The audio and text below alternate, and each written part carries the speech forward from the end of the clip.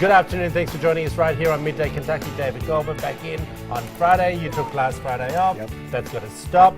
It throws our routine out. Yes. We forgot it was Friday. I think I said welcome to midday. It's Thursday.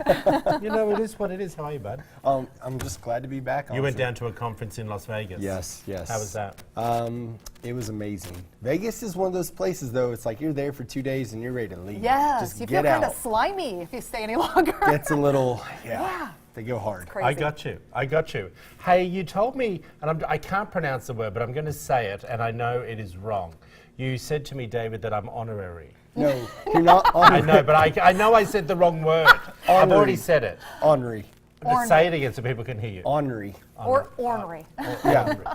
Yeah, that's how my grandmother would say it. So, for sure. and give me an example Thank you, why you David. believe I am that person. Troy called me and said that next month they were switching the show out and that it was just going to be him on the show and that he's really going to miss me and he really appreciated me being on the show. And I was like, okay, I'm really going to miss you guys too. And he goes, oh, I'm just joking. And I was like, Troy, you're so honoring, man.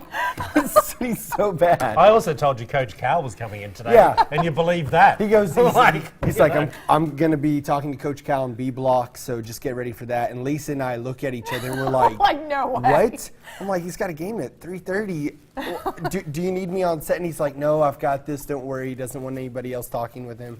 And I was like, okay, I'm going to get a selfie. I'm going to, get my picture. Anyways, you're ornery. You're very ornery. Okay. Well, this is you. Generation Snowflake have gained a reputation as being lazy and less resilient than previous generations. But one millennial who is sick and tired of being tarred with the same brush has taken to Tumblr to rant about how much harder it is for millennials to achieve basic things like buying a house or paying for college. In a post named Your Generation, this user highlighted his point by revealing what his parents were able to achieve at his age and began by sharing that despite working as teachers, his parents bought a 4-bedroom house in San Diego and were able to put their 2 kids through private school. Now this is a millennial, this is typical. He also detailed how a co-worker who has since retired was afforded the same kind of lifestyle despite working a normal job. Okay, take it away, my friends. Millennial. Well, I think that... Because mum still looks after you. Oh, well, she does in many ways. But I will say that, I think the big picture here is debt has gotten kind of skyrocketed. We didn't have cell phones, we didn't have Wi-Fi, we didn't have the luxury Yeah, but cars. Okay, Luxury. I get you. But here's the thing. This guy is basically saying that it's too hard for him now to get ahead. Right. Do you honestly believe that? He's saying, which I find fascinating, he says, my generation can't buy a home when the average cost is $440,000. Now, I get it. Right. But go and get 2 jobs. Right. If you need to. The hustle. I think the Yeah. work ethic, you're right, the work ethic isn't really there like it used to be. A lot of these, his mom and dad, his dad could have gone like straight to the service, for example. Yep. That's what happened a lot of times. But you didn't have this debt that kids undertake. And now if you do apply for a home, but you have $120,000 in debt, you're not going to get it. Yeah. It's tough. Hearing this is really interesting, but I think, with the millennials, they definitely have a lot more debt, and it is going to be harder for them to qualify for a home out of the gate. Can I just want to say this? It's all per rata Yeah. for the years that you lived in. Right. Do you understand? Right. So law school has not got longer to do. It's just that it is expensive to go to. It is, and as it would have been back in the day. But back in the day, it was probably not quite as expensive as it is now. You know what I mean? Not looking cost, dollar for dollar, but dollar per what things were worth, what the dollar was worth back then. I feel like school education has skyrocketed, and it's making And salaries it very haven't? And salaries have not in the same pace. I feel like items, and I think of, even Luxury, items around though. us. Yeah, Not it's only luxury, but even like items. medications and things like that. Everything has shoes. skyrocketed.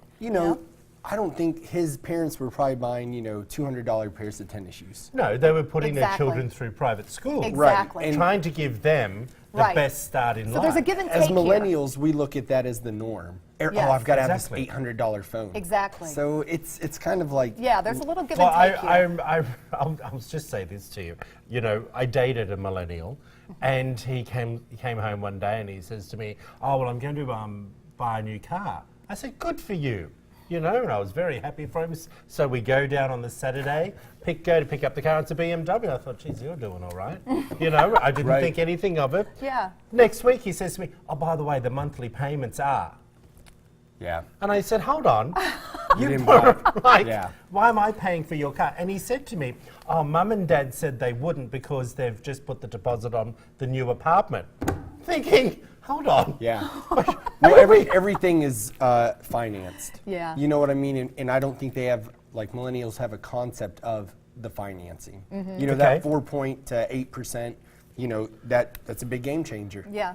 Okay, Yeah. I got you. Well, it was interesting because there was a lot of feedback. Go onto our Midday Kentucky Facebook page and open up the post, and you'll see how other people felt about this. It was really interesting to watch because he went on and said that his parents bought a house in 1975 for $95,000, and it sold 20 years later for $750,000. Right. Wow. Well, I get that too, but I still have a house in Australia Right. that I consider my 401k what you equivalent here, but I worked like a banshee to pay that off as fast as I could, Right. so it's completely debt-free, and that is, if anything happened That's a to great me, mindset, though. I had to because I had Yeah. no one going to give me anything. Yeah. Right. Do you know what I right. mean? Yeah, you were hustling. And I hustled it, and I still hustle. Yeah. You know, I do the shop, shoe, shuffle. You know? Well, and I think too, you know, I hear this $400 and some $1,000 average price of a home.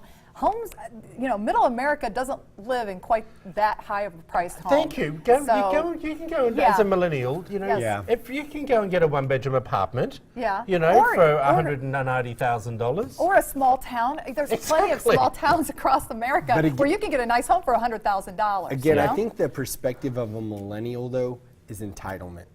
It's like, Is it? I should have, Yes. it? Yeah. maybe. I think there might be truth there. Okay, we're going to move along with that. Tell us what you think. David, considering you're getting married, Right. and I thought this would be interesting for you since you're putting the guest list together, would you ever consider not inviting a friend's partner to your wedding? Now, this is a gal in Australia that she'd been with her partner for 5 years, and her girlfriend, who's getting married, decided not to invite her partner of 5 years. I think How that's do you just- feel about that? That's just tacky, honestly. You know, if you're going to invite them, nobody wants to go to a wedding by themselves, number one. Or if you do want to go to a wedding Well, by who's my yourself. plus one for yours? That's why I said I'm not going. I said, you know, if you said we do can't go, afford two of you. if we do bring a plus one or you don't, you know, it's because you're ready to meet somebody. Because a wedding's a great place to meet somebody. Yeah.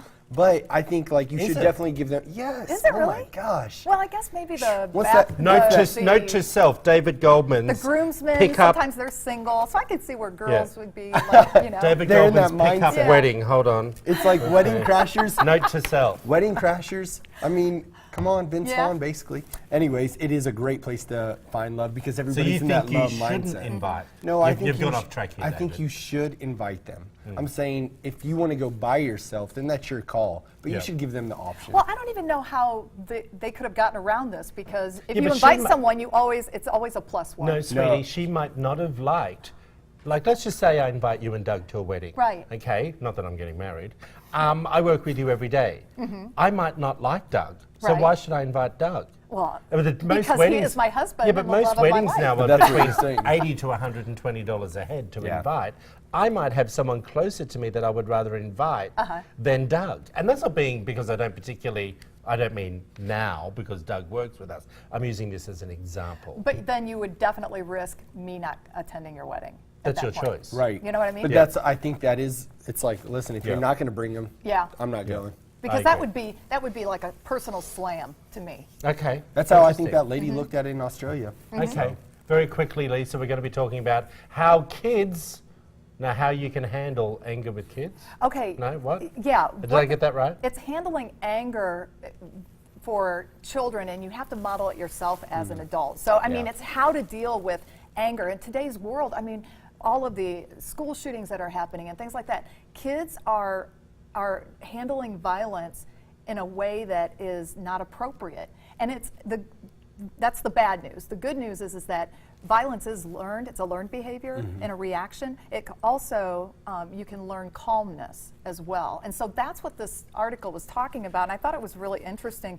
But they, the first thing they said was that we have to model calmness. When we ourselves as the adult, as the parent, when we are angry, we need to model calmness. And what they were talking about was that, like, if you're in a situation where you're on the phone, your car was getting fixed, and they say, you know, the cost is going to be double, and you're starting to get angry on the phone, and your kids are around watching this, you have to hang up the phone, talk to your kids, say, you know what, I'm really angry right now, and I need to go for a walk to calm myself down and to gain control because mommy's very upset right now. That type of modeling is what kids need to see, versus because they're being inundated with violence on TV and movies, Right. On the internet. It's everywhere. So calmness can be learned. And so the first one is modeling the calmness, and then also they suggest that you exit and calm down when you're angry. That walk away. Yep, exactly. And not only for yourself, but when your child is angry, because a lot of times your child is going to vent that anger right toward you, and it brings up emotions in you that you didn't even know existed. You know, and it can get you angry as well. So what they're saying is when your child is getting angry at you, you just say, I can see that you're angry right now. Mommy's going to leave and take a time out. And you leave and do not respond to anything the child says after that. And that can be really hard. I've done that before, and I do it with you all the time. I know, you do. You just walk away. Lisa, you're angry. I'm walking. What have we got? 3 and 4. Yeah, Let's and get on then to them. develop a feeling vocabulary. So they just want you to make a list of words like angry, mad, so kids can describe what they're feeling. Because a lot of times they're young, they can't describe it, and they start kicking and shoving and whatnot. Create a calm down poster. Show pictures of ways that they can handle their anger, different ways, like going for a walk, or show a picture of a pillow, you know, where they're hitting a pillow or whatever, you know, something other than hitting a person or being angry at a person. And then the last one is develop an awareness of early warning signs. I just did this with Harrison last night after reading through this, and it was interesting because he was getting angry about having to do his homework, and I was like, and he was starting to get the red face, he was getting, his fists were clenching, he was starting to kick the table underneath, and then, you know, I was able to talk to him, and I said, I can see you're getting angry, I get angry too, and sometimes I kick and clench my fists, I can see that you're doing that too. And it was amazing how it diffused him, and I didn't think, I didn't know for sure if it really would.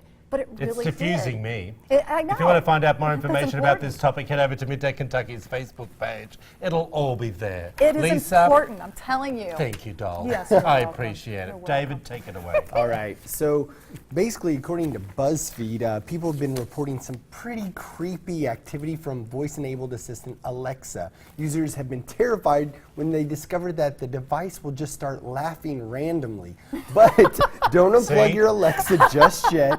Amazon does acknowledge its device's alarming new skill, but Echo owners will be relieved to know that the logical explanation is that in rare circumstances, Alexa mistakenly hears the phrase Alexa laugh, and Amazon said its statement is what basically brings on Alexa going, ha ha ha ha ha. Sounds So- like Lisa. But I think, I know you guys, yeah, it is. But I think that I love my Alexa, and this would totally creep me out because I'm pretty sure the man is listening all the time. Yeah. But you all need to get an Alexa. I'd be very happy. I live alone. That's why I leave the TV on 24/7. You would love it. You'd I'd be like to come home and she go, good afternoon, Mr. Thompson. she would do it. Oh. You'd say, Alexa, how are you doing? And she'd be like, I'm doing fine. How are you doing, Troy?